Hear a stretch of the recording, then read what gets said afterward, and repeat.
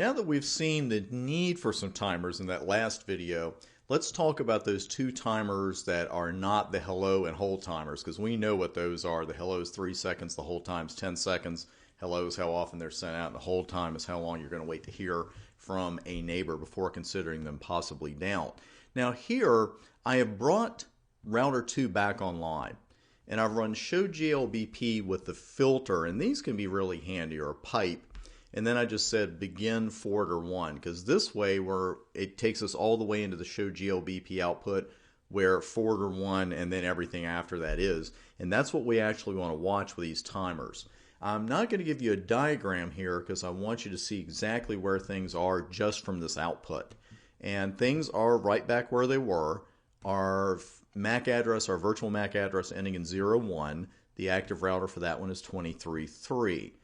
The virtual MAC address that ends in 02, its active is 23.2 or router 2. And then finally, the last MAC address, virtual one we're using ending in 03, that is the local router, which is router 1, and that's the one we're on. Now, we see a couple of timers in here. We see one, it's called time to live. And that seems to be our bigger of those two new timers. Let's go on ahead. I want to run show GLBP. Can't say it, can't spell it. So here we go, and here's the full output of show GLBP. And the reason I wanted to show you this is that all of our timers are right here. You know, here's hello time 3, hold time 10, but redirect 600 and forwarder time 14400. Those are the two that I want to really concentrate on right now and tell you exactly what those mean. The redirect timer, that's when that one times out, when it hits 0. At that point, the current AVG will no longer use the virtual MAC address in question in its replies. And what we're going to do is take router 2 offline again, and as we saw in the previous video, router 3 took over the workload for handling traffic sent to the router 2's virtual MAC.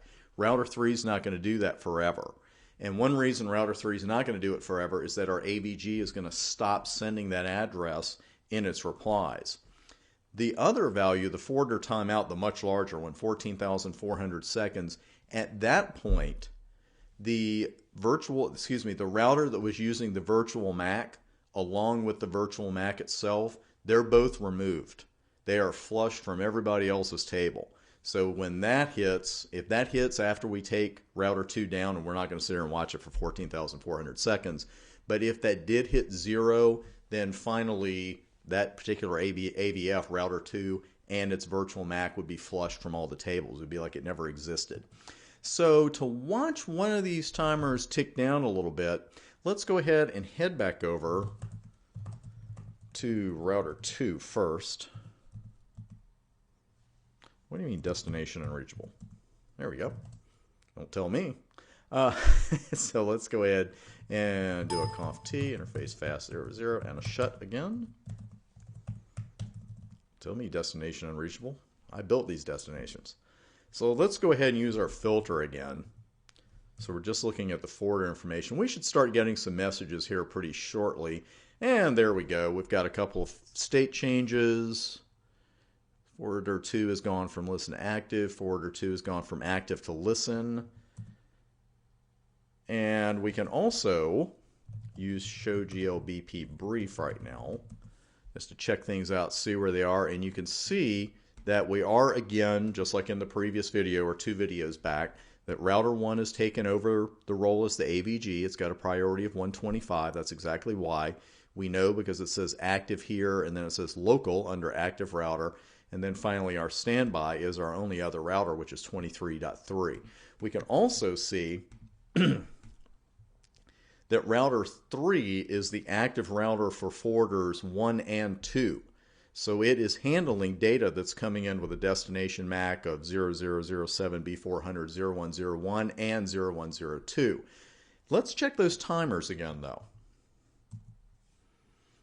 And we can see a couple of things going on here. First off, notice that our redirection enabled clock has definitely gone down because it would have been at around 600 seconds. Now it's at 524. And we see time to live has gone down to 14,324. And we'll just run it again now to refresh, and you can see it's continuing to go down. And the redirection enabled is down to 500 seconds. Time to live is 14,301. Don't pay attention to the maximums because they're going to be right now like 1 second over that. That's not really what we're watching. And let's run it one more time. And we can see that another 20 seconds has gone by. So here's the deal. When the redirection timer hits 0, router 1, our AVG, is no longer going to put this virtual MAC address 0102 in replies to hosts. It's no longer going to say, here, use this MAC address for your data. Now, with time to live, at that point, when this finally expires, and you notice it takes a lot longer, at that point, the VRF that was using that virtual MAC, which was router 2, and that virtual MAC address itself, they're flushed out of the GLBP group totally. Seems kind of harsh, but it does finally happen. So before we take a look at how to change those timers, let's go back to 5.